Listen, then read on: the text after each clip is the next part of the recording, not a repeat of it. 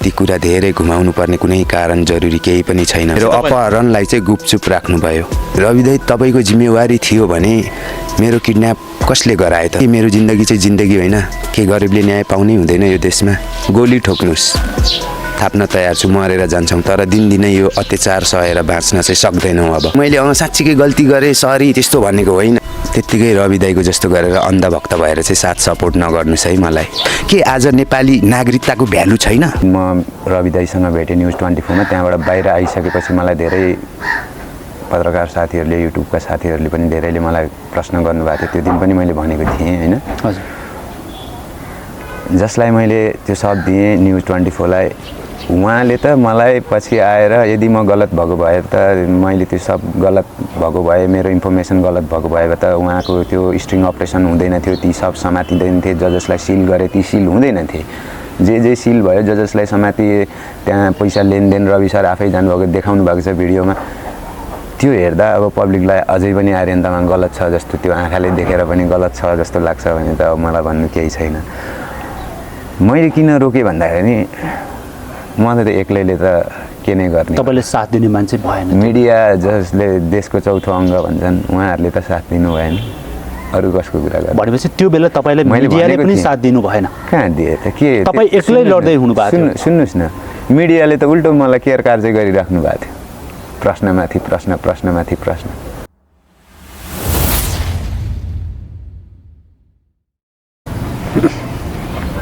नमस्कार दर्शकबिन, हामीसँग हुनुहुन्छ र हाम्रो फ्रेममा हुनुहुन्छ करिब 7 वर्ष अगाडि रवि लामिछानेसँगै न्युज24 मा काम गर्नुभएका र विशेष गरेर उहाँले चाहिँ भ्याट बिल सम्बन्धी हरेक किसिमको चाहिँ कालाधन्दा भएको भन्ने कुरा चाहिँ एउटा सार्वजनिक जुन सामग्री न्युज24 मा सार्वजनिक गर्नका लागि उहाँले हरेक किसिमको डकुमेन्टहरू उपलब्ध गराउने मान्छे नै उहाँ हुनुहुन्छ। आर्यन तामाङ हुनुहुन्छ र करिब 7 वर्षसम्म गुमनाम नै हुनुभयो उहाँ। के कारणले त्यो भयो र पछिल्लो समयमा आर्यन तामाङ कहाँ जानुभयो, कहाँ गायब भयो भन्ने किसिमको यतात्र सर्वत्र चाहिँ प्रश्नहरू उठिरहेको बेलामा आज हामीले यो फ्रेममा ल्याउन सफल भएको छौँ। सबैभन्दा उहाँलाई अगाडि चाहिँ स्वागत गर्नको लागि गइरहेको छु। नमस्ते सर।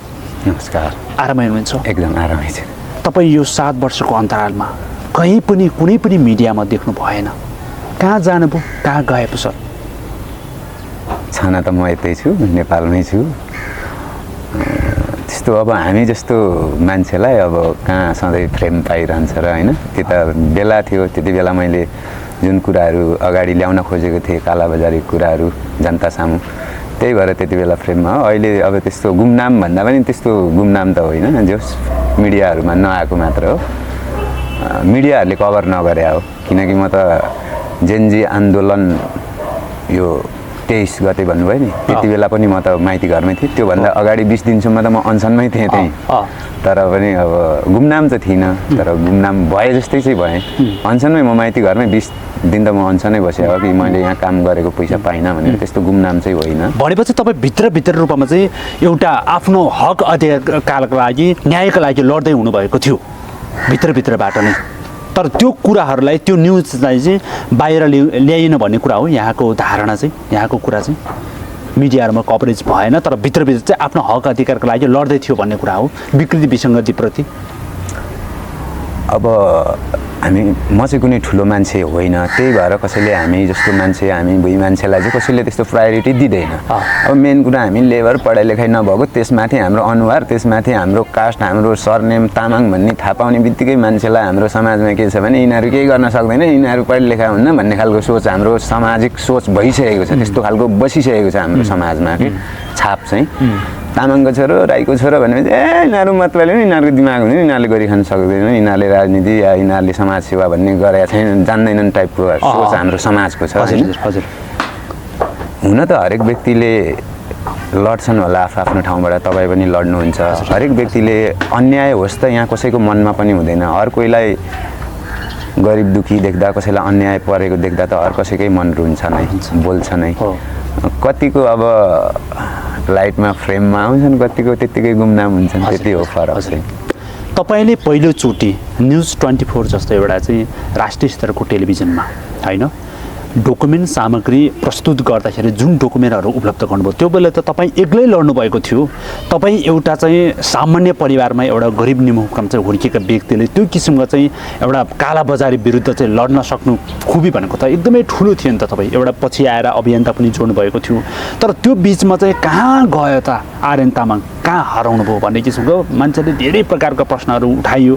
तर तपाईँ चाहिँ आउनु भएन, मिडियामा पनि देख्नु भएन। धेरै मान्छेको चाहिँ ल आर्यन तामाङ कहाँ गयो, कसैले भन्छन् विदेशमा गयो भन्छन्, कसैले भन्छन् कहाँ गयो, हरायो, कहाँ गयो, पत्ता लगाउनु पऱ्यो भन्ने किसिमको थियो। त्यसैले चाहिँ हजुरलाई मैले यो क्वेसन सोधेको। त्यस्तो खासै त्यस्तो चाहिँ केही होइन, त्यस्तो गुमनाम पनि होइन। म यतै छु, आफ्नो काम गरिरहेछु। तपाईँ अझैसम्म पनि लड्दै हुनुहुन्छ हक अधिकारको लागि। तपाईँले भन्नुभयो गुम्बा हो कि मन्दिर बनाउँदाखेरि पनि मजदुरहरू माथि ठेकदारले गरेको व्यवहारले पैसा नदिने भएको कारण त म 20 दिनसम्म चाहिँ माइतीघर मण्डलमा अनसनमा बसेका थिएँ। त्यो भिडियो कसैले पनि कभरेज गरेन, त्यो मिडियाले खिचेन भन्ने कुरा गर्नुभयो।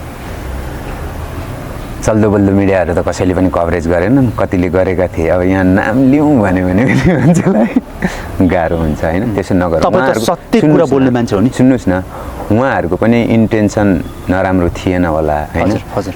अब सायद उहाँहरूलाई त्यस्तो लाग्यो होला। कभर त धेरैले गर्नुभएको हो है, मेरो त्यति बेलाको होइन एउटा न्युजले चाहिँ हाल्नु भएको थियो है। त्यो मैले नै अलिकति हेरेको छु, अझै सेप छ। हजुर।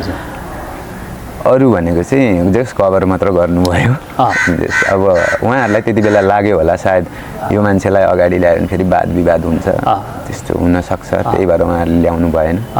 जस 20 दिनपछि मैले आफ्नो पाउनुपर्ने हक अधिकार चाहिँ आफैले लडेरै भए पनि लिएँ। राष्ट्रिय स्वतन्त्र पार्टीका सभापति अहिलेका रवि लामिछाने, हजुर, पूर्व गृहमन्त्री भइसकेका व्यक्ति हुनुहुन्थ्यो। उहाँले न्युज 24 मा सिधा कुरा जनतासँग कार्यक्रम चलाइराख्नु भएको थियो। त्यो बेला तपाईँले हरेक व्यक्तिले, धनी भनिएका व्यक्तिले, माडवारी समूहले समेतले चाहिँ भ्याट बिल नतिरेका, ट्याक्स नतिरेका बिलहरू तपाईँले बाहिर ल्याएर छरपष्ट पार्नु भएको थियो र 2जना 3-4वटा ठाउँमा त सिल पनि गरेको थियो। पछि आएर एकाएक त्यो अभियानलाई किन रोक्नुभयो, किन रोके, के भयो खास? त्यो टेक्निकल इस्यु भयो कि? त्यो अभियान रोकिनुको कारण यस्तो हो, मैले त्यति बेला पनि मिडियाहरूमा धेरैलाई भनेको थिएँ। जुन दिन म रवि दाइसँग भेटेँ न्युज 24 मा, त्यहाँबाट बाहिर आइसकेपछि मलाई धेरै पत्रकार साथीहरूले, युट्युबका साथीहरूले पनि धेरैले मलाई प्रश्न गर्नुभएको थियो। त्यो दिन पनि मैले भनेको थिएँ होइन। हजुर। जसलाई मैले त्यो सब दिएँ न्युज 24 लाई, उहाँले त मलाई पछि आएर यदि म गलत भएको भए त, मैले त्यो सब गलत भएको भए, मेरो इन्फर्मेसन गलत भएको भए त उहाँको त्यो स्ट्रिङ अपरेसन हुँदैन थियो, ती सब समातिँदैन थिए। जसलाई सिल गरे ती सिल हुँदैन थिए। जे सिल भयो, जसलाई समातिए, त्यहाँ पैसा लेनदेन रवि सर आफै जानुभएको देखाउनु भएको छ भिडियोमा। त्यो हेर्दा अब पब्लिकलाई अझै पनि आर्यन तामाङ गलत छ जस्तो, त्यो आँखाले देखेर पनि गलत छ जस्तो लाग्छ भने त अब मलाई भन्नु केही छैन। मैले किन रोकेँ भन्दाखेरि म त एक्लैले त के नै गर्ने। तपाईँले साथ दिने मान्छे भएन। मिडिया जसले देशको चौथो अङ्ग भन्छन्, उहाँहरूले त साथ दिनु भएन। अरू कसको कुरा गर्नु? भनेपछि त्यो बेला तपाईँले मिडियाले पनि साथ दिनु भएन। कहाँ दिए त? के तपाईँ एक्लै लड्दै हुनुभएको थियो? सुन्नुहोस् न, मिडियाले त उल्टो मलाई केयर कार्य गरिराख्नु भएको थियो। प्रश्नमाथि प्रश्न, प्रश्नमाथि प्रश्न। भनेपछि जो मान्छेले चाहिँ कुनै पनि मिडियाले मलाई त्यतिखेर भनेन, मैले भने कि न्युज 24 ले मात्र यो देशको समाचार र कालाबाजारीको समाचार अगाडि ल्याउनुपर्छ भन्ने केही छ? अरू कुनै मिडियाले ल्याउन मिल्दैन? अरू स्वतन्त्र सदस्य अनि त्यो अरूले मिल्दैन थियो? किन उहाँहरूले चाहिँ रवि लामिछाने सरले देखाउन नसक्नु भएको कुराहरू ल कहाँ हो त? हामी हेर्छौँ, हामी समाउँछौँ, के ऊ मात्र हो त यो देशको पत्रकार भनेर कोही पनि अगाडि आउनु भएन। उहाँहरूले चाहिँ रवि लामिछानेजीलाई उहाँहरूले आफ्नो आइडल बनाउनु भयो र मलाई उहाँको एगेन्स्टमा राखिदिनु भयो, उहाँको विरुद्धमा राखिदिनु भयो र उहाँहरूले मलाई भित्तामै पुर्याइदिनु भयो होइन। अब एक्लैले गरेर के हुन्छ र? यो देश मेरो मात्र होइन, पत्रकार साथीहरूको पनि थियो, सबैको थियो। मैले त आफूले देखेको सानो कुरा जे सत्य हो त्यो मात्र अगाडि राखेको थिएँ। अब साथ दिएनन् त के गर्ने त होइन। म त अझै एक्लै लडी नै रहेछु। अस्ति अनसन पनि एक्लै नै बसि नै राखेको थिएँ। आज हाम्रो सरकारले, आजको तत्कालीन अहिलेको सरकारले कर्मचारीहरूको तलब बढाउने कुरा गर्नुभएको छ है, बढाउनु भएको छ होइन। त्यो दिन मेरो अनसनमा कसैले लिनु भएन, सायद मैले त्यो दिन भन्थेँ होला। आज म त्यो कुरा भन्छु। भनेपछि तपाईँले अघि नै जोड्नु भएको कुरामा चाहिँ के रह्यो भने तपाईँले खोल्दै थियो, हरेक किसिमका कालो करतुतहरू भइरहेको थियो, बजारमा कालो बजार थियो होइन, बिल नतिर्ने, ट्याक्सहरू छलौ गर्ने कार्यक्रम भइरहेको थियो। त्यो किसिमको समस्याको समाधानका लागि तपाईँले चाहिँ राज्य सत्ताले यसमा पनि जनचासो होस्, सरकारवालाहरूले सरकारमा राख्नुपर्छ, चासोमा राख्नुपर्छ, जो मान्छेले चाहिँ गल्ती गर्यो त्यसलाई चाहिँ कारबाही गर्नुपर्छ भनेर तपाईँले चाहिँ त्यो किसिमको डकुमेन्टहरू ल्याउने क्रममा कसैले साथ नदिकन मिडिया नै तपाईँ विरुद्ध लागेपछि तपाईँले छोड्नुपर्ने अवस्था आयो हो? एकदम। तपाईँसँग साथ दिनु कोही पनि मान्छे थिएन? को थिए तपाईँ? तर रवि लामिछाने त तपाईँको लागि साथ दिन म तयार छु भनेर एउटा डकुमेन्ट चाहिँ बजाएको थियो नि त। अनि रवि लामिछानेले साथ दिनु भएन? बिना आधारको गुन्डा, बिना आधारको पल्सर बाइक माग्यो भनिदिने अनि त्यो साथ दिएको हुन्छ कि? भनेपछि तपाईँ विरुद्ध रवि लामिछाने लाग्नुभयो फेरि? अनि लाग्नु भएन। उहाँले आफ्नै ब्रोडकास्टमा, आफ्नै समाचार मिडियामा उहाँले आफै भन्नुभयो, बालाजु पुलिसले यस्तो हामीलाई यस्तो दिएको छ रिपोर्ट, पल्सर बाइक मागेको 20 लाख मागेको भन्नुभयो। त्यो गलत थियो। खोइ त पुष्टि गरे, खोइ त प्रमाण। मान्छेले चाहिँ कुनै पनि मिडियाले मलाई त्यतिखेर भनेन, मैले भने कि न्युज 24ले मात्र यो देशको समाचार र कालाबाजारीको समाचार अगाडि ल्याउनु पर्छ भन्ने केही छ? अरू कुनै मिडियाले ल्याउन मिल्दैन? त्यो स्वतन्त्र सदस्य त्यो अधिकार अरूले मिल्दैन थियो? किन उहाँहरूले चाहिँ रवि लामिछाने सरले देखाउन नसक्नु भएको कुराहरू ल कहाँ हो त? हामी हेर्छौँ, हामी समाउँछौँ, के ऊ मात्र हो त यो देशको पत्रकार भनेर कोही पनि अगाडि आउनु भएन। उहाँहरूले चाहिँ रवि लामिछानेजीलाई उहाँहरूले आफ्नो आइडल बनाउनु भयो र मलाई उहाँको एगेन्स्टमा राखिदिनु भयो, उहाँको विरुद्धमा राखिदिनु भयो र उहाँहरूले मलाई भित्तामै पुर्याइदिनु भयो होइन। अब एक्लैले गरेर के हुन्छ र? यो देश मेरो मात्र होइन, पत्रकार साथीहरूको पनि थियो, सबैको थियो। मैले त आफूले देखेको सानो कुरा जे सत्य हो त्यो मात्र अगाडि राखेको थिएँ। अब साथ दिएन नि त के गर्ने त होइन। म त अझै एक्लै लडी नै रहेछु। अस्ति अनसन पनि एक्लै नै बसि नै राखेको थिएँ। आज हाम्रो सरकारले, आजको तत्कालीन अहिलेको सरकारले कर्मचारीहरूको तलब बढाउने कुरा गर्नुभएको छ है, बढाउनु भएको छ होइन। त्यो दिन मेरो अनसनमा कसैले लिनु भएन, सायद मैले त्यो दिन भन्थेँ होला। आज म त्यो कुरा भन्छु। भनेपछि तपाईँले अघि नै जोड्नु भएको कुरामा चाहिँ के रह्यो भने तपाईँले खोल्दै थियो, हरेक किसिमका कालो करतुतहरू भइरहेको थियो, बजारमा कालो बजार थियो होइन, बिल नतिर्ने, ट्याक्सहरू छलौ गर्ने कार्यक्रम भइरहेको थियो। त्यो किसिमको समस्याको समाधानका लागि तपाईँले चाहिँ राज्य सत्ताले यसमा पनि जनचासो होस्, सरकारवालाहरूले सरकारमा राख्नुपर्छ, चासोमा राख्नुपर्छ, जो मान्छेले चाहिँ गल्ती गर्यो त्यसलाई चाहिँ कारबाही गर्नुपर्छ भनेर तपाईँले चाहिँ त्यो किसिमको डकुमेन्टहरू ल्याउने क्रममा कसैले साथ नदिकन मिडिया नै तपाईँ विरुद्ध लागेपछि तपाईँले छोड्नुपर्ने अवस्था आयो हो? एकदम। तपाईँसँग साथ दिनु कोही पनि मान्छे थिएन? को थिए तपाईँ? तर रवि लामिछाने त तपाईँको लागि साथ दिन म तयार छु भनेर एउटा डकुमेन्ट चाहिँ बजाएको थियो नि त। अनि रवि लामिछानेले साथ दिनु भएन? बिना आधारको गुन्डा, बिना आधारको पल्सर बाइक माग्यो भनिदिने अनि त्यो साथ दिएको हुन्छ कि? भनेपछि तपाईँ विरुद्ध रवि लामिछाने लाग्नुभयो फेरि? अनि लाग्नु भएन। उहाँले आफ्नै ब्रोडकास्टमा, आफ्नै समाचार मिडियामा उहाँले आफै भन्नुभयो, बालाजु पुलिसले यस्तो हामीलाई यस्तो दिएको छ रिपोर्ट, पल्सर बाइक मागेको 20 लाख मागेको भन्नुभयो। त्यो गलत थियो। खोइ त पुष्टि गरे, खोइ त प्रमाण, खोइ त हामीले बोल्यो भने हामी जस्तो मान्छेले चाहिँ प्रमाण दिनुपर्छ, सफाइ दिनुपर्छ। उहाँहरूले त दिनु नपर्ने, दिनुपर्छ त उहाँहरूले जे बोल्दा पनि हुन्छ। हामीले हो बोल्न नपाउने भने, बुझ्नुभयो? भनेपछि गरिब निमुखाले बोल्न पाउँदैन यो देशमा। गीतै सुन्नु भएको छैन अहिलेको सरकारको, गरिबको चमेली सुनिदिने कोही छैन। कसले सुन्छ त? हाम्रो थाहा छ त हाम्रो सरकारलाई हाम्रो सुनिदिने कोही छैन। भनेपछि यो देशमा गरिब निमुखका बाँच्ने आधारै छैन। जसले सत्य उकाल्छ त्यसलाई मुख बन्द गर्नका लागि विभिन्न किसिमका रणनीतिहरू।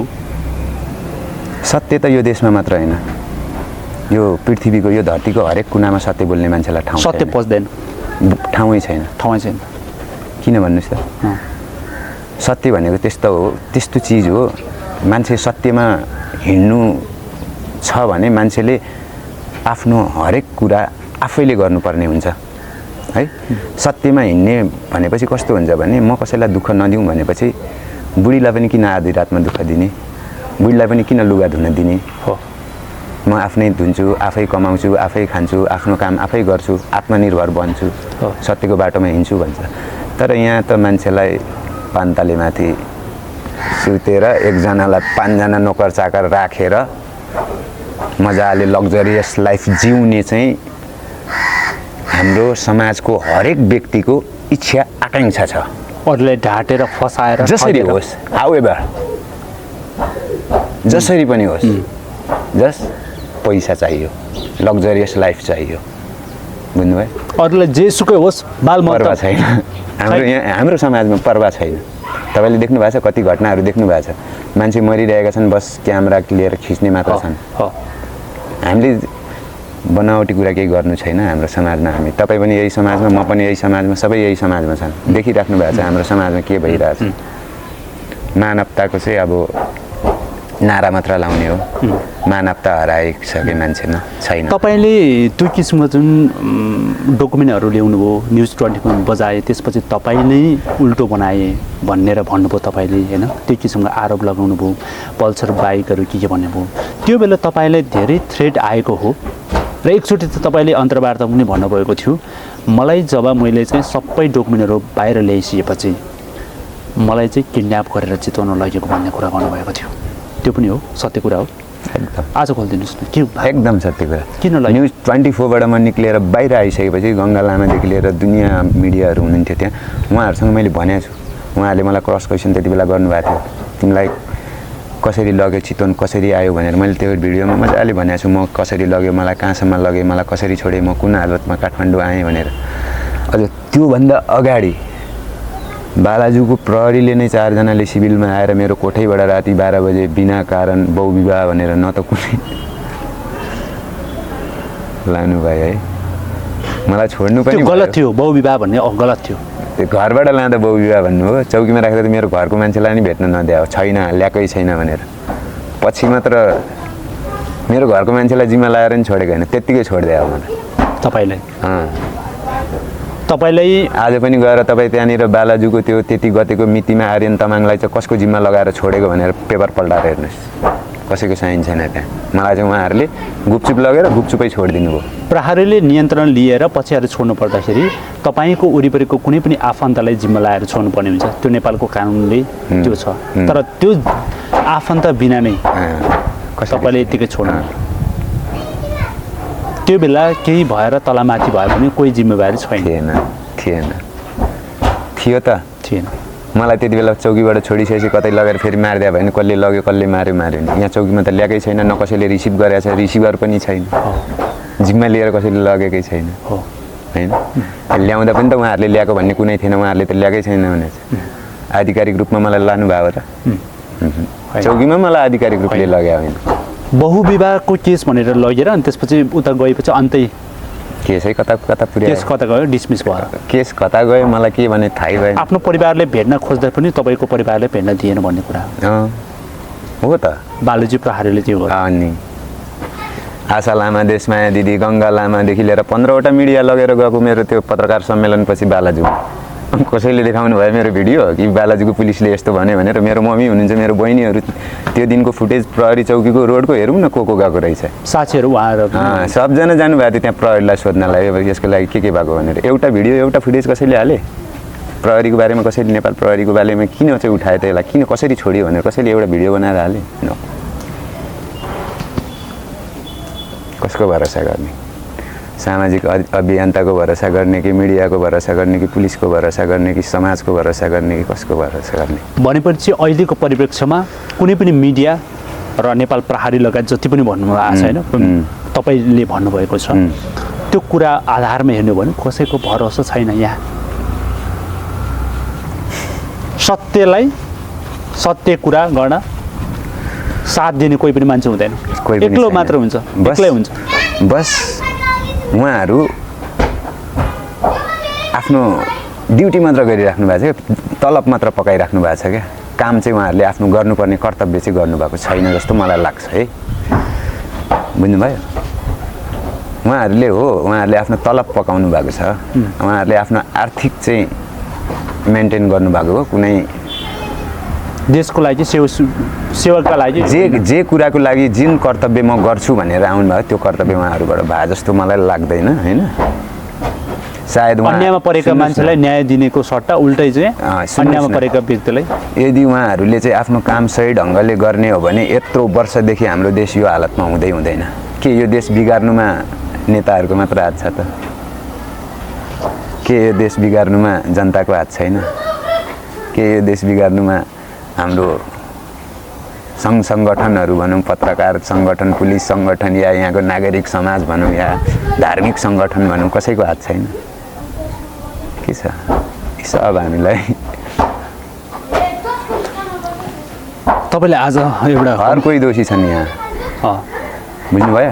यहाँ हरेक व्यक्ति, इभन म पनि दोषी छु, बुझ्नुभयो? आज तपाईँले इभन म पनि दोषी छु। किन भन्नुहोस् त? हाम्रो समाजमा एउटा बस्या छ के आफू राम्रो केही नगर्ने, गर्न नसक्ने, बस अरूको ब्याकब्याटिङ गर्ने, अरूको कुरा काटेर अरूलाई नराम्रो देखाएर आफू राम्रो बन्न खोज्ने मात्र छन् यहाँ। आफू राम्रो काम गरेर आफै राम्रो बन्न सक्ने कसैलाई नि देखिनँ मैले। आजसम्मको सरकारलाई हेर्नुहुन्छ भने इतिहासदेखि हेर्नु न, कुनै पनि सरकारले यो देशलाई राम्रो बनाउँछु भन्ने भिजन कुनै पनि सरकारको थिएन। हरेक सरकारले अर्को सरकारको विरोध गरेर उसलाई जेल हाल्छु, उसलाई काट्छु, उसलाई भगाउँछु भनेर मात्र यो देशको राजनीतिक परिवर्तन भइरहेको छ। एकदम पोजिटिभ हिसाबले है, पोजिटिभ हिसाबले यो देशमा राजनीतिक परिवर्तन कहिले पनि भएको थिएन इतिहासमा, मैले हेर्दा, मैले बुझ्दा। बुझ्नुभयो नि? कसैलाई काट्छु, कसैलाई जेल हाल्छु, कसैलाई गिराउनु छु, त्यो यस्तो गर्यो, त्यसले त्यस्तो गर्यो भनेर परिवर्तन भएको पोजिटिभ होइन। कसैको कुरा काटेर, कसैको खुट्टा तानेर, कसैलाई नराम्रो देखाएर आफू राम्रो देखिनु त्यो पोजिटिभ कुरा होइन। र आजसम्म त्यस्तो भएकै छैन र हुँदैन पनि होला। जुन दिनसम्म कुरा हाम्रो जनताले बुझ्दैनन् पोजिटिभ सकारात्मक भनेको के हो, अहिले त फेरि सकारात्मक र नकारात्मक बुझ्नलाई पनि +2हरू क्लियर गर्नुपर्छ होला कि।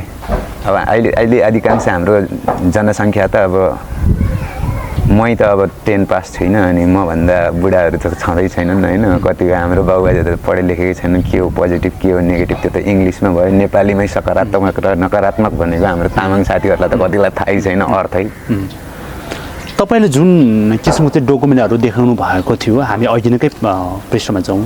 तपाईँले जुन ट्याक्स छली गरेको, कर छली गरेको किसिमको चाहिँ तपाईँले जुन किसिमको चाहिँ त्यो डकुमेन्टहरू लिएर आएको थियो, त्यो डकुमेन्टमा त अर्बौँको कर असुली गरेको, के अरे छली गरेको होइन गरेको देखिन्थ्यो। यदि सरकारले चाहिँ यसलाई गोप्य रूपमा निगरानी गरेर अनुसन्धानको दायरामा लिएर आएको भए धेरै ट्याक्सहरू उठ्थ्यो होला नि नेपाल सरकारको। त्यो ट्याक्सहरू उठ्नको लागि बिचमै तपाईँलाई चाहिँ एक्लो बनाएर मिडिया विरुद्ध, रवि लामिछाने विरुद्ध तपाईँले चाहिँ उभै हुनुभयो। यो त सरासर गलत भएन? यो कसको हात होला सर? मैले त उहाँको विरोध पनि गरेको थिइनँ खासमा। मैले चाहिँ खासमा उहाँको विरोध भन्दा पनि होइन, उहाँसँग भेट्न पाऊँ होइन, यथार्थ कुरो के रहेछ, सायद उहाँलाई पनि जालझेल भएको हो कि, उहाँको टाउको अगाडि राखेर सायद उहाँको पछाडि बस्नेहरूले पो गेम खेलिरहेछ कि भनेर चाहिँ उहाँसँग फेस टु फेस कुरा गरेर बोलौँ, भेटौँ भने मात्र हो। खास मैले उहाँको विरोध पनि गरे होइन त्यति बेला। बस मैले चाहिँ वाट इज द ट्रुथ भनेर बुझ्न मात्र चाहेको, सत्य चाहिँ के हो त, किन यस्तो भयो त भनेर बुझ्न मात्र चाहेको थियो। उहाँसँग फेस टु फेस कुरा गरेर यही कुरालाई मान्छेले बाइपास गरिदिए, मिडियाले बाइपास गरिदिए। त्यो कुरा तपाईँले भन्नुभयो सत्य के हो त, यथार्थ के हो भनेर तपाईँले सत्य खोज्न तपाईँ न्युज 24को अफिसमा पनि जानु भएन? गएन। तपाईँ जानुभयो, तर उहाँहरूले जुन डकुमेन्ट बनाउनु भयो तपाईँले नै उल्टो पारेर होइन। रवि लामिछाने जस्तो मान्छे, एउटा चाहिँ निष्पक्ष तरिकाले चाहिँ पत्रकारिता गर्ने, एउटा चाहिँ खोज पत्रकारिता गर्ने मान्छेले त्यो सानो कुरा पनि बुझ्नु पर्दैन थियो होला त? नबुझेरै उहाँले सामग्री छाप्नुभयो अथवा सामग्री बजाउनु भयो, के कारण होला सर? बिचमा के अरे दालमा कुछ काला है भने जस्तो भयो कि भन्ने प्रश्न हो कि यहाँनिर। रवि लामिछाने जस्तो प्रश्न, खोज पत्रकारिता, त्यही प्रश्न, जुन प्रश्न तपाईँले मलाई गर्नुभयो होइन, त्यही प्रश्न म चाहिँ पब्लिकलाई भन्छु कि देख्नुभयो त होइन, मैले दिएको डकुमेन्ट्स फेक होइन। मैले दिएको डकुमेन्ट्सको आधारमा उहाँहरूले 2-4वटा समाउनु भयो, सिल गर्नुभयो। तबसम्म म गुन्डा थिइनँ होइन। तबसम्म म उहाँहरूको गोप्य सूचना दिने व्यक्ति थिएँ। विशेष सूचना दूत थियो। सूचना दिने व्यक्ति थिएँ। मलाई चित्त नबुझेर एकाएक मैले यस्तो त हुनु हुँदैन, किन यस्तो भयो, किन ढिलो भयो। मलाई त थाहा छ नि त देशभरि कालोबजारी कसरी हुन्छ भनेर होइन।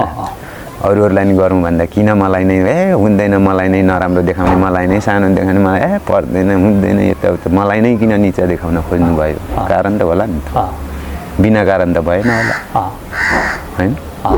भनेपछि तपाईँको चाहिँ तपाईँले भन्न खोजिनु भएको चाहिँ, गर्न खोजेको चाहिँ यहाँ मात्र होइन अन्त ठाउँमा पनि कालाबजारी गरेर आएको छन्।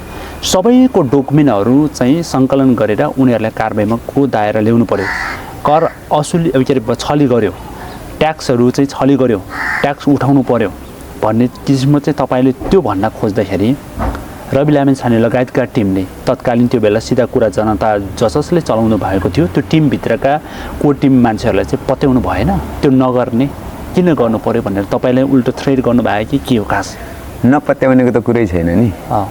जब मसँग प्रमाण, नाम शुद्ध, बिल शुद्ध छ, चलानी शुद्ध छ त त्यहाँ नपत्याउने कुरा छ त? नपत्याउने कुरा छैन। उहाँहरूले बस के भन्नुभएको थियो भने हामी पछि फलोअप गर्छौँ, भयो अहिलेलाई यति भए पुग्छ, फलोअप गर्छु भन्नुहुन्थ्यो कि खोइ त फलोअप भयो। ए भनेपछि तपाईँसँग डकुमेन्ट छ, ओरिजिनल डकुमेन्ट छ, नामदेखि लिएर चलानी बिल सबै हुँदा पनि तपाईँले यसको पनि चाहिँ खोज तलासी गर्नु पर्यो, भण्डाफोर गर्नु पर्यो, पर्दाफास गर्नु पर्यो। भण्डाफोर भन्दा पनि उहाँहरूलाई पनि अरूहरूलाई पनि कारबाहीको दायरामा ल्याउनु पर्यो, करको दायरामा ल्याउनु पर्यो। हाम्रो देश गरिब हुनुको कारण यो हो कि हाम्रो अधिकांश व्यापारी, हाम्रो सान्तिनो होटलैदेखि लिएर सान्तिनो हेर्नु न, किराना पसलै पनि लिएर बिना दर्ताको चलाइरहेको हुन्छ होइन। त्यसले भनेको त्यो भनेको कर छली हो होइन र। तपाईँको हेर्नु हरेक बिजनेसम्यानले आफ्नो पर्सनल अडिटर राखेको हुन्छ। सरकारी अडिटरको त केही कामै छैन, तलब मात्र बढाएर खाएर बस्ने हो। बुझ्नुभयो? बुझ्नुभयो नि, देश गरिब हुनुको कारण त्यही हो, करमाथि कर। हाम्रो खानाको महँगाई कहाँ पुग्छ? महँगाई कहाँ पुग्यो? महँगाई भनेकै त्यसैले गर्दा हो, करले गर्दा हुने हो होइन र। तर त्यो ट्याक्स चाहिँ, त्यो कर चाहिँ ठाउँमा नपुगेपछि देश गरिब हुने हो। बुझ्नुभयो मेरो कुरा? त्यो कर चाहिँ बाइपास भयो कि पुग्नुपर्ने ठाउँमा पुगेन। सबैले नियम बराबर छ, सबैले कारबाही हुनुपर्छ। जसले चाहिँ कालोबजारी गर्यो, जसले चाहिँ देशलाई डुबाउने हरकत गरिरहेछन् तिनीहरूलाई चाहिँ करको दायरामा ल्याउनु पर्यो भन्ने चाहिँ मेरो कुरा थियो। त्यो भन्दाखेरि उहाँहरू मान्नु भएन। कसलाई सक्नुहुन्छ? पछिहरू त तपाईँ विरुद्धै खनिनु भयो, लाग्नुभयो उहाँहरू। हुन पनि मैले त्यति बेला राखेको कुराहरू पनि असम्भवै कुरा थिए। देशभरिकै सबलाई कहाँ करको दायरामा ल्याउन सक्थे त्यति बेला? सक्दैन थिए। त्यही यसले भनेको कुरा गर्नै सक्दैन, बरु यसैलाई नै चाहिँ पागल साबित गराइदिउँ भन्ने उहाँहरूको लाग्यो होला। बुझ्नुभयो? इभन हाम्रै चिया पसल हाम्रै नगरपालिका हो नि होइन र। दर्ता गर्नुपर्छ, महिनामा वार्षिक देखाउनु पर्छ, पर्दैन? आज पनि हेर्नु न त्यहाँनिर अहिले पनि अधिकांश पसलहरूमा कुनैले मात्र आफ्नो पसलको नाममा दर्ता भएको, नाममा भएको ब्याङ्क खाता युज गर्छन्। म्याक्सिममले त्यहाँ बाहिर आफ्नो छुट्टै सेवा राखेको हुन्छ। त्यो पनि कर छली हो होइन र। त्यसलाई कसले रोक्न सक्छ? अनि त्यही व्यक्तिको सरकार छ, पार्टीको अब के गर्छ भन्नु त्यतिले। अनि त्यो छ। अब पछिल्लो समयमा के छ र अहिलेको जुन वर्तमान अवस्थामा तपाईँले जुन व्यक्तिले भन्नुभएको थियो तत्कालीन चाहिँ सिधा कुरा जनताको सञ्चालक होइन, सिधा कुरा जनतासँग कार्यक्रम भन्ने सञ्चालक हुनुहुन्छ रवि लामिछाने। अहिले त त्यही रवि लामिछानेको चाहिँ सरकार छ। अब त जति पनि तपाईँले चाहिँ भ्याडभिल चाहिँ छली गरेको व्यक्तिहरू हुनुहुन्छ त्यो व्यक्तिलाई कारबाही गर्नु पर्दैन? अब सत्ता छ नि उहाँको, राज्य छ, सरकार छ, कसले कुरा उठाएको छ? तपाईँले पनि खोजी आएर आउनुहुन्छ होला, तपाईँसँग केही प्रमाण छ कि अब त्यसलाई कारबाही गर्नु पर्यो भनेर? भन्नु न, कसको हिम्मत छ पुँजीपतिलाई कारबाही गर्ने? रवि लामिछानेको त्यो हिम्मत छैन, बालन शाहको त्यो हिम्मत छैन।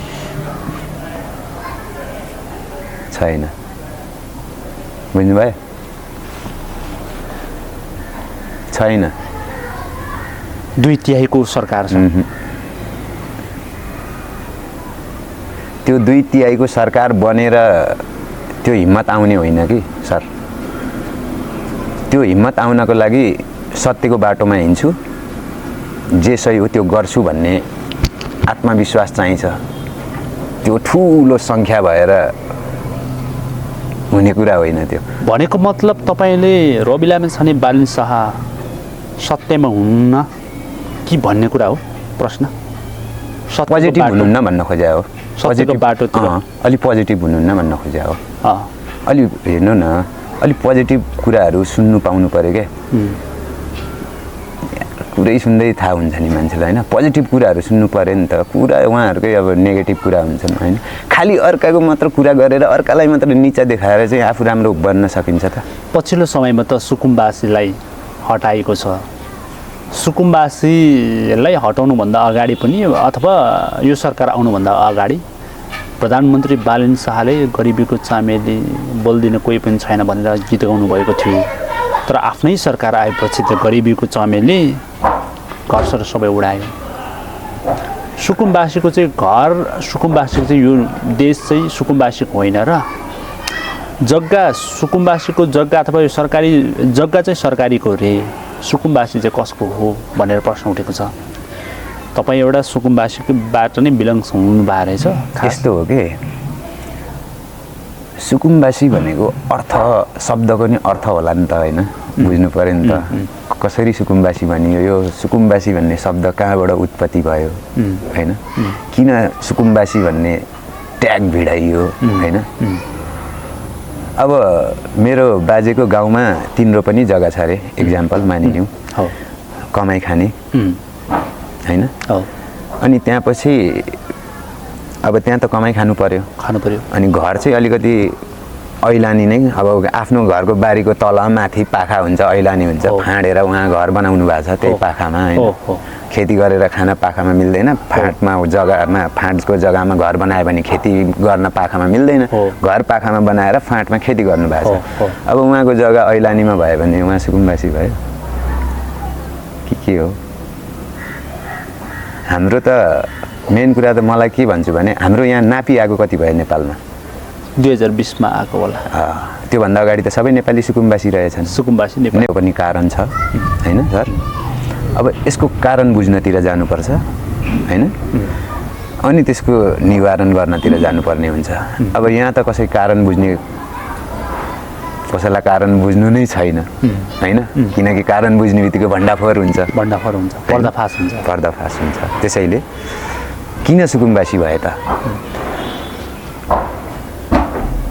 तपाईँको गाउँमा तपाईँलाई शिक्षा पनि नदिने रोजगार पनि नदिने तपाईँलाई मान सम्मान पनि नदिने तपाईँलाई खालि हेर्ने बित्तिकै यो चाहिँ जडिया ट्वाके मत्थु मतवाली यसको बुद्धि हुँदैन भन्ने तपाईँलाई खालि त्यही जङ्गलमै राख्ने तपाईँको ठाउँमा विकासै नगर्ने अब त्यहाँ तपाईँको बाँदर जङ्गल दुनियाँले सताउँछ बाघ भालुले सताउँछ तपाईँ त्यहाँ खेती गरेर खान सक्ने ठाउँ छैन गरे नि पहाडमा छ मल एक भारी बोकेर जानलाई 2 दिन लाग्छ सरकारको त्यहाँ निगरानी पुग्दैन भने बाउआमाले सेवा जे होस् बाउआमाले चाहिँ सुविधा छोराछोरीलाई खाना लाउन राम्ररी दिन सकेन भने त्यो टाढा भए छोराछोरी त बाउआमाको नजिक आउँछ नि भोक लागेपछि आउँदैन त्यही भएको हाम्रा राष्ट्रका प्रमुखहरू काठमाडौँ बस्नुहुन्थ्यो अनि हाम्रा गाउँघरमा वास्ता व्यवस्था थिएन हाम्रो गाउँघर जङ्गली नै पारा थियो द्वन्द्वकाल चर्कियो द्वन्द्वकालपछि गाउँघरमा बस्ने वातावरण भएन म्याक्सिमम प्राय मान्छे भ्याली छिर्नु पर्यो अब भ्याली छिरेपछि के गर्ने त आफ्नो अभिभावक जता छ सन्तानहरू आइहाल्छ वरिपरि झिउमेर पर्यो पेट त पाल्नु पर्यो जिउनु पर्यो त्यति बेला खोला किनार सबै गन्द नाली थिए त्यसैमा बसेको थिए फोहोर फाल्ने झाडी मात्र थिए नि यिनीहरू त्यहाँ कति सिसा कति फोहोर थियो थाहा छ त्यो कति सफा गरे कति के गरेर उनीहरूले त्यति लायक बनाए बसिरहेको थिए अब अहिले आएर 81 उठाउनु भयो आर्यन सर अलि गलत कुरा आर्यन सर यो बालेन शाहले जुन किसिमको चाहिँ काम गर्यो नि सुकुम्बासीले बनाएको कसैले चाहिँ अब सुकुम्बासीले चाहिँ यस्तो पिलरै घर बनाएको रहेछ विभिन्न किसिमको गर्नुभएको र कटेजहरू बनाउनु भएको थियो के प्रधानमन्त्री बालेन शाहले त्यो सुकुम्बासीले बनाएको कङ्क्रिट खाले घर पनि देख्यो कङ्क्रिट खाले घरहरू भत्काउनु पर्ने अथवा त्यो कटेजहरू भत्काइनै पर्ने आवश्यकता थियो र मान्छेलाई उचित व्यवस्थापन गरेर त्यो ठाउँलाई चाहिँ अर्कै किसिमको चाहिँ प्रयोजनको लागि युज पनि गर्न सक्थ्यो होला नि त्यो घरलाई कङ्क्रिट घरलाई भत्काएर सरकारले के फाइदा होला त त्यो त घाटै भयो नि एउटा इँटाको अहिले 14-15 रुपियाँ पर्छ कति इँटा त्यहाँनिर सोरसार भए त्यो त गरिबहरू हो नि बिचरा कति फोहोर टिपेर्ने काम गर्थे कति महानगरको रिक्सा तान्ने काम गर्थे कतिले चाहिँ हामी काम गरेर बनाएका हुन् नि त किन्दा त महँगो पर्छ नि एउटा बाँस किन्दा 200 भन्छ कति क्षति भयो त्यो कसको क्षति भयो त्यो राष्ट्रको क्षति होइन के भन्नुहुन्छ हो तपाईँले त्यो राष्ट्रको क्षति हो हुनु पर्थ्यो त्यसलाई कुनै वैकल्पिक बाटो कुनै तरिका हुन्थ्यो अब भएन अब सायद ढिलो चाँडो अब उहाँलाई के भयो हतार भयो जस्तो लाग्यो होइन हुन्थ्यो समाधान जसरी पनि निक्लिन्थ्यो तपाईँले थाहा भएको कुरा हो पछिल्लो समयमा प्रधानमन्त्री बालेन शाहले सीमाका बारेमा बोल्नुभएको छ सीमामा तपाईँको चाहिँ नेपालले चाहिँ भारतको सिमाना मिचिएको छ भन्छन् भारतले सुस्ता लगायत कालापानी लगायत चाहिँ हरेक ठाउँमा 10 गज क्षेत्र भयो अहिले कालापानी लिपिलेख लिपियादहरू त उनीहरूले लगिसकेकै छ होइन हामीले एउटा चुच्चे नक्सामा त खडा भएको छ प्रधानमन्त्री बालेन शाह त्यही व्यक्ति हुनुहुन्छ जो चाहिँ काठमाडौँ महानगरपालिकाको मेयर हुँदाखेरि उहाँले हाम्रो ग्रेटर नेपाल भनेर पछाडि ग्रेटर नेपाल राख्ने व्यक्ति हुनुहुन्छ उहाँ अहिले प्रधानमन्त्री हुँदाखेरि त्यो हटाएर उहाँले चाहिँ के भन्नुभयो भने नेपालले चाहिँ उल्टै भारतको सिमाना मिचिएको छ भनिसकेपछि भारतको एसबिबीको दलबलसहित नेपालको सिमाना आइसकेको छ 10 गज क्षेत्रमा चाहिँ नेपालले बनाउँदै गरेको खम्बा गाड्न दिएको छैन स्तम्भ खण्ड दिएको छ यसको जिम्मेवारी प्रधानमन्त्री बालेन शाहले लिनुपर्छ कि पर्दैन यस्तो कुरा हो त्यसमा चाहिँ मेन कुरा हो उहाँले भनेको कुरा पनि सही हो है उहाँले भनेको कुरा नि सही होला होइन मलाई पनि त्यति म बोर्डर साइडमा त्यति घुमेको छैन होइन अब कति उता पर्या होला कति यता पर्या होला उहाँले भनेको कुरामा कतिपय कुरा सत्य होला कि नेपालले पनि अलिकति 2-4 पाइला मिच्या होला होइन भन्न मिल्दैन किनकि हाम्रो बोर्डर अहिलेसम्म फिक्स छैन फिक्स छ त हाम्रो बोर्डर दिनदिनै सरिरहेको छ कहिले यता सार्छ उताबाट सर आइरहेछ थाहा छ त्यो सबलाई थाहा छ होइन ग्रेटर नेपालको कुरा गर्छ अहिले ग्रेटर नेपालबाट इत्रु नेपाल हुँदा त कब्जा भयो भन्दा कसरी ग्रेटर नेपाल त्यसो भए उहाँले ग्रेटर नेपालको कुरा किन गर्नुभयो अहिले भएको इत्रु नेपालमा त अझै मिच्या छ भन्नुहुन्छ भने ग्रेटर नेपालको कुरा किन गर्नुहुन्छ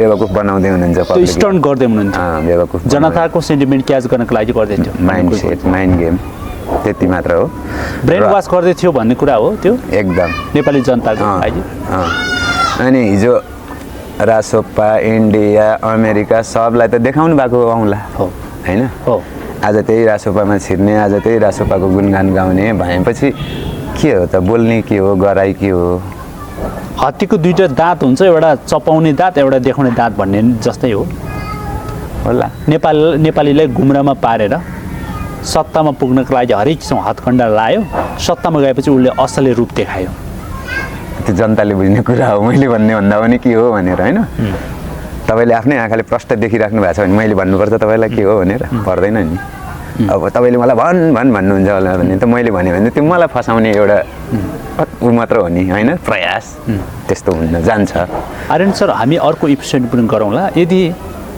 राज्य त सरकार त रवि लामी छानेकै समर्थनमा रवि लामी छानेकै सरकार छ अहिले उहाँले न्युज 24 मा काम गर्दा पनि उहाँले विभिन्न किसिमका भ्याट छलेका मान्छेले पनि उहाँले चाहिँ सिलबन्द गरेको पनि देख्यो यदि सरकारले तपाईलाई चाहिँ ल तपाईसँग केही चाहिँ कागजहरू त्यस्तो छ अथवा भ्याट बिल छली गरेर हामी अहिले गरिब भइरहेछ नि त अर्बौंको मान्छेले चाहिँ भ्याट बिल छलिरहेछ यदि त्यो सूचनाहरू माग्नको लागि आउनुहुन्छ भने तपाईँ दिन तयार हुनुहुन्छ